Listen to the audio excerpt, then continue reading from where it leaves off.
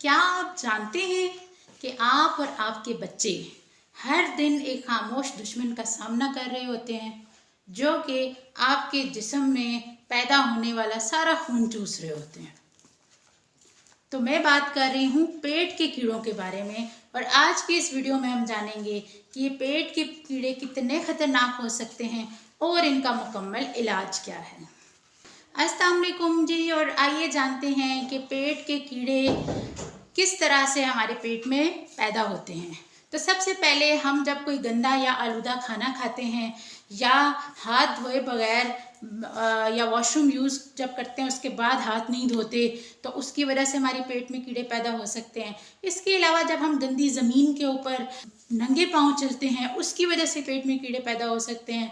जब हम अपनी पर्सनल सफाई का ख्याल नहीं रखते, नाक़िस सफाई के इंतज़ाम जिसमें सीवरेज और डिफरेंट घरों के अंदर अगर प्रॉपर सफाई ना हो, तो उससे भी बच्चों और बड़ों में पेट के कीड़े हो सकते हैं। ये पेट के कीड़े करते क्या हैं? ये बेसिकली जब आपकी आंतों में जाते हैं तो आपका खून चूसते हैं। आपने जो खुराक खाई होती है उस खुराक से मिलने वाली तवानाई को ये चूस लेते हैं, जिससे क्या होता है कि आप और आपके बच्चे मुसलसल कमज़ोरी और थकन का शिकार रहते हैं।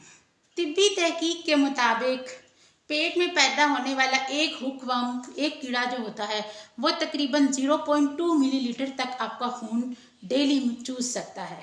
तो अगर आपके पेट में 100 कीड़े हों तो इसका मतलब है कि 20 मिलीलीटर तक खून डेली वो आपके जिस्म से चूस रहे हैं।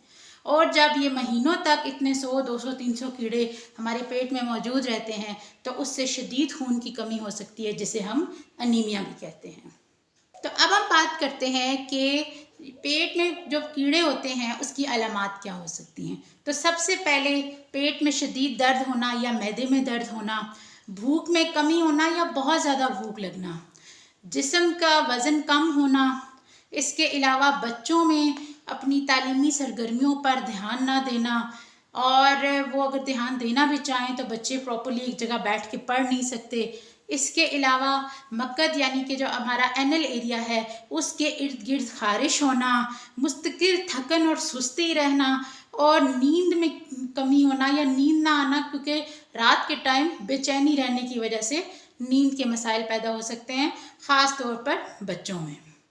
क्योंकि हम बात कर रहे हैं कि कीड़ों की वजह से खून की कमी हो सकती है, तो खून की एक कमी बच्चों और ख़वातीन में बहुत मुहलिक किस्म के असरात भी ला सकती है, जिसमें बच्चों की जिस्मानी नशोनुमा मुतासर हो सकती है, उनकी पढ़ाई मुतासर हो सकती है, इसके अलावा उनकी जहनी नशोनुमा मुतासर हो सकती है।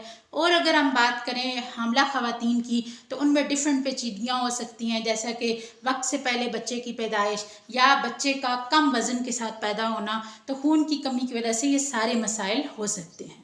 तो आइए बात करते हैं इसके इलाज के बारे में कि हम पेट के कीड़ों से कैसे निजात हासिल कर सकते हैं। तो इसके लिए जो प्रॉपर तरीक़ाकार है उसको हम डीवॉर्मिंग कहते हैं। डीवॉर्मिंग में डिफरेंट तरह की अद्वियात यूज़ होती हैं। अल्बेंडाजोल हैं, मीबेंडाजोल हैं, अकॉर्डिंग टू कि आपके पेट में कौन से कीड़े हैं और आप किस एज में हैं, बच्चे हैं, बूढ़े हैं, बालिग हैं, उस हिसाब से डॉक्टर आपको दवा तजवीज़ करते हैं। तो आलमी इदारा सेहत WHO के मुताबिक हर 6 माह बाद एक दफ़ा डीवॉर्मिंग करना बहुत ज़रूरी है। इसके अलावा हामला ख़वातीन ने अगर इस दवा को लेना हो तो वो अपनी प्रेगनेंसी के दौरान लेने से पहले डॉक्टर से ज़रूर रुजू करें। आप में से अगर किसी ने भी इसकी दवा की मिकदार और इसकी खुराक के बारे में पूछना हो तो आप मुझे कमेंट्स कर सकते हैं। तो अकॉर्डिंग टू योर एज और अकॉर्डिंग टू द डोज मैं आपको पर्सनलाइज बता दूंगी कि आपको कितनी दवा किस तरह से लेनी है। अब हम बात करते हैं कि हम इन पेट के कीड़ों से बचाव कैसे कर सकते हैं।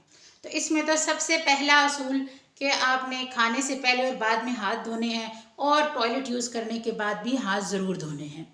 दूसरी चीज़, साफ़ सुथरा और उबला हुआ पानी इस्तेमाल करें, अपनी पर्सनल सफाई सुथराई का ख्याल रखें, अपने नेल्स को टाइम से कट करें। इसके अलावा गोश्त को प्रॉपरली पका कर खाएँ, आधा कच्चा पका गोश्त ना खाएं, खाने को ढाँप कर रखें, और नंगे पाँव गंदी मिट्टी या गंदी जगह पर चलने से परहेज़ करें।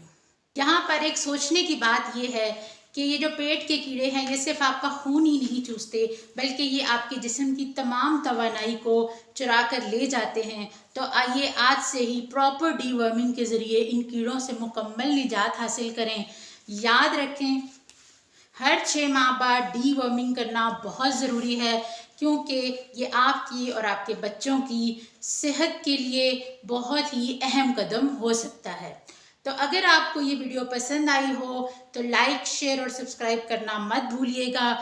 अगली वीडियो तक के लिए डॉक्टर ज़किया उनको इजाज़त दीजिए। अल्लाह हाफ़िज़।